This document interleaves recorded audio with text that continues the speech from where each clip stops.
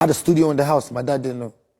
Really? Your own house. Yes, I had a studio in the house. Not too loud for him? That's great. That's He was not too possible. busy. Like, he stays upstairs. Like, you know what I'm saying? Like, You're sure really, it's a house? It's not the... It means that you had a big mansion. Yeah, big. You had a big mansion. Yeah, for sure. That was a big house. How much? like 20-something rooms. Like, it was big. Yeah, okay. big mansion. So, and I'm on like this floor. He's on like the top floor.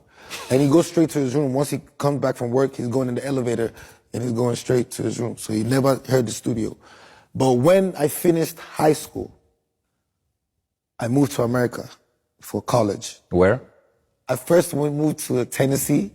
But when I moved to Tennessee, Collegedale, Tennessee, that's the first place I went to. But it was like a Christian, he moved me to like a Christian university. Like, I was like the only African in like the whole place. So I couldn't stay there because I was just not feeling it. So he moved me to Alabama. Okay. 2 hours away. He didn't want me to stay in Atlanta.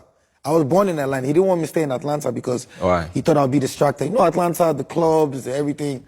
So he went to Alabama. But he didn't know that's where the problem would start. Because the school I went to was very, very musically inclined. They had the best choir. They had the best music program. But obviously, he never let me join it. But then I had a lot of people that, you know, did music there.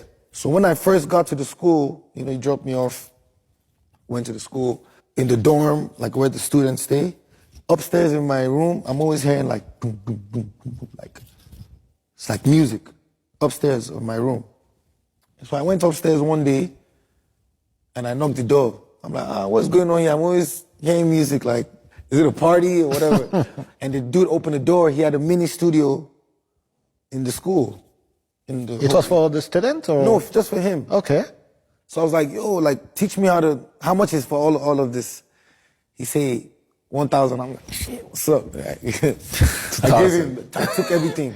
And I was like, just teach me how to record myself. That's crazy. I'll find my way. So that's really, and this time I'm like 15, 16. But What did you do on that studio? That studio, I started producing. Okay. I went on YouTube, I taught myself. I was watching YouTube every day. Everything is on YouTube. So I was watching YouTube every day, and then I mastered recording myself. You know what I'm saying? So this is like this period, like I'm in school, but I'm like not in school, but my dad doesn't really know. And then back home, the artists are blowing up. So I'm like, man, I have to go back home. I don't have time. Like everybody's blowing. All my friends that I know from when I left, they're getting big, like blowing up. Like, I'm like, man, I gotta go back, bro. I want to go back. I'm telling you, I have to go back. I have to go back. And then one day I just went back, and it was a long thing. That's another story. But I just decided to, I left school, then I moved back to Nigeria without my parents knowing. I just moved back. When you told at your father that you do music? I didn't ask him. I moved back, and he heard. You figured it out. Okay.